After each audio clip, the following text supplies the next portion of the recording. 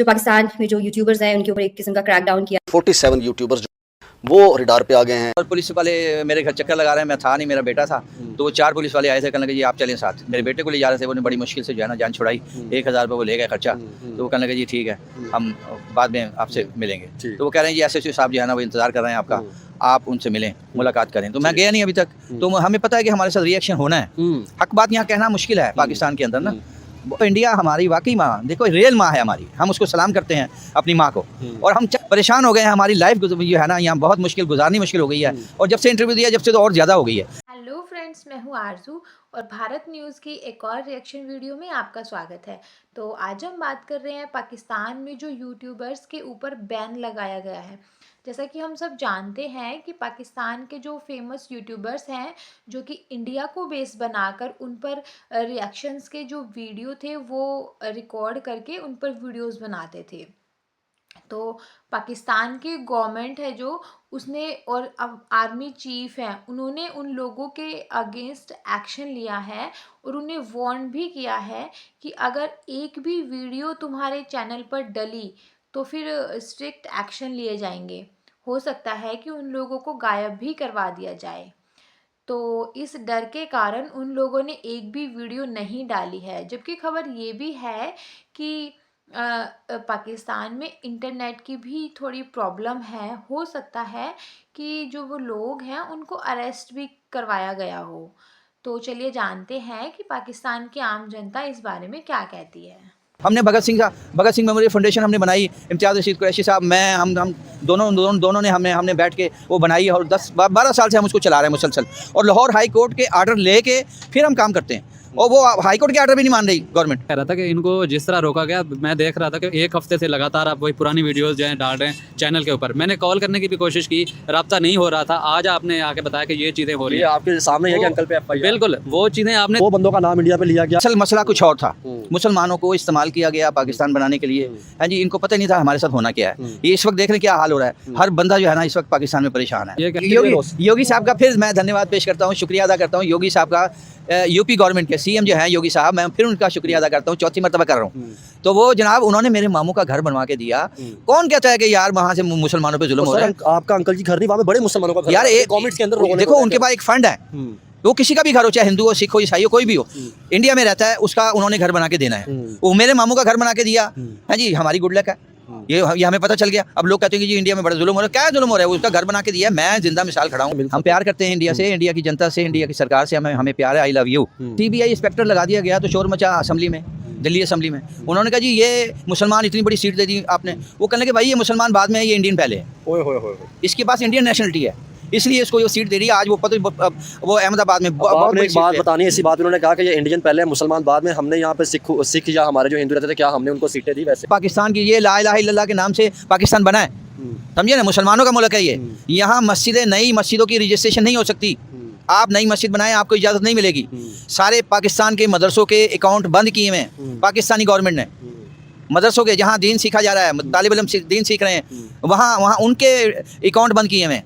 और हम रोला डालते हैं इंडिया के, हम कहते हैं मुसलमानों को जुल्म इंडिया कर रहा है। वो सबसे ज़्यादा मुसलमान तो पाकिस्तान में जुल्म हो रहे हैं। आज जैसे समझदार फान आप देख रहे हैं पीपल TV। आज हमारे साथ अंकल शमशाद मौजूद है, जिनको आपने बड़ा प्यार दिया, जिनकी सोच को आपने बड़ा प्यार दिया कि शायद लाहौर से जो है वो भगत सिंह का जैसे इन्होंने किया, जलियांवाला पार्क का जैसे इन्होंने किया।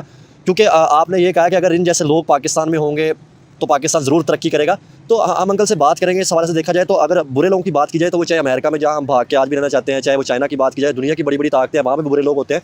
तो इंडिया पाकिस्तान की तो फिर बात, यहाँ पे भी बुरे लोग होंगे। देखिए, आप लोगों से नफरत ज़रूर करें, लेकिन मुल्कों जहाँ पे आप पैदा हुए हैं उनके साथ नफरत बिल्कुल ये जो है वो एक जुल्म कह सकते हैं या एक जुर्म भी कह सकते हैं। तो अंकल के साथ बात करते हैं। और इन्होंने जो मुझे इंटरव्यू दिया वो इनका बहुत शुक्रिया। और जिस तरह इनको थ्रेट्स आए हैं वो भी इनसे पूछेंगे, बात करेंगे। अस्सलाम वालेकुम जी। वालेकुम। कैसे हैं? खैरियत से हैं? जी अल्हम्दुलिल्लाह, शुक्र है। सबसे पहले तो बताएं कैसे हैं? लोगों ने आपको बड़ा पसंद किया और बहुत प्यार दिया। उन्होंने कहा कि आपकी सोच को सलाम है। और ईद भी मुबारक, आपको बड़े लोगों ने विश किया। बड़ी मेहरबानी, बहुत शुक्रिया। आपको भी ईद की मैं खैर मुबारक पेश करता हूँ और मुबारकबाद भी पेश करता हूँ। बड़ी मेहरबानी, हमारी ईद बड़ी अच्छी गई अल्हम्दुलिल्लाह, अल्लाह की मेहरबानी।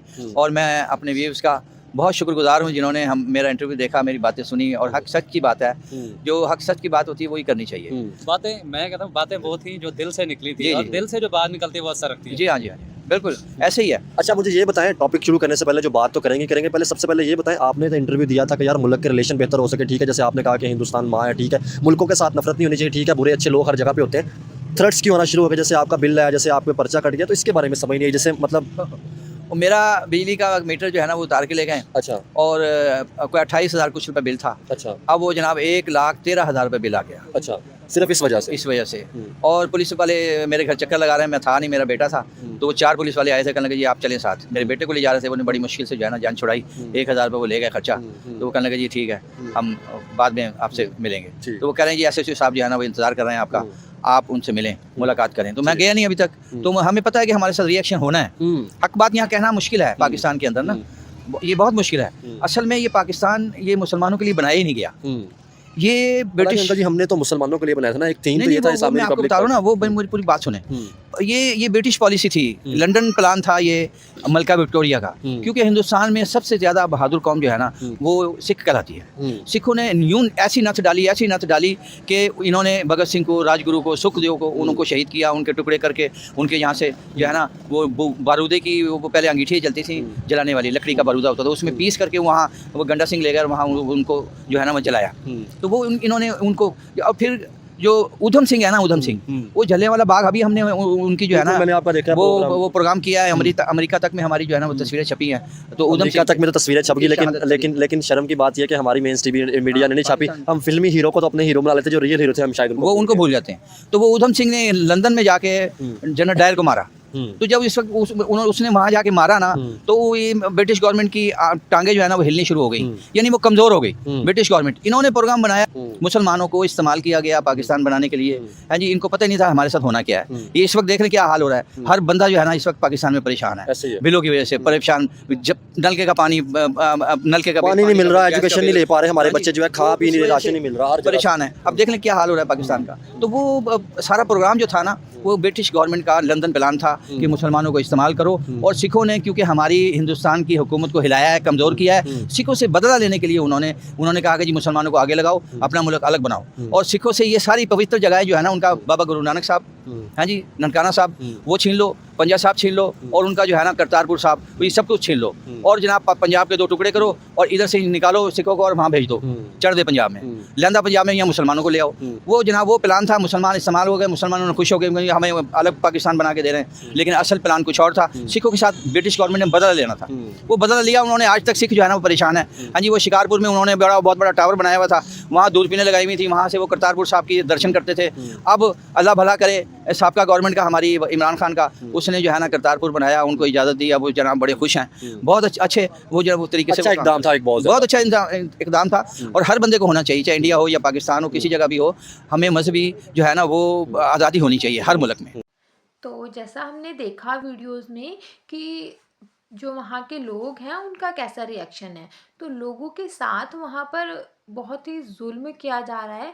वैसे तो जो पाकिस्तान की गवर्नमेंट है उसने पहले ही वार्निंग दे दी थी कि भाई पाक गवर्नमेंट के अगेंस्ट, उनके खिलाफ कोई भी बात ना तो दिखाए और ना ही करे अपनी वीडियोस में।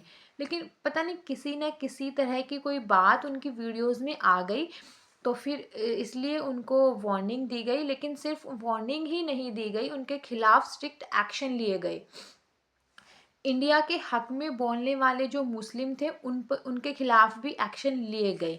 तो लोगों का जो बिल था वो बिना मीटर के ही 1 लाख तक आ गया। तो गवर्नमेंट ने जितना लोगों को परेशान किया जा सकता था ना, उतना वो कर रहे हैं।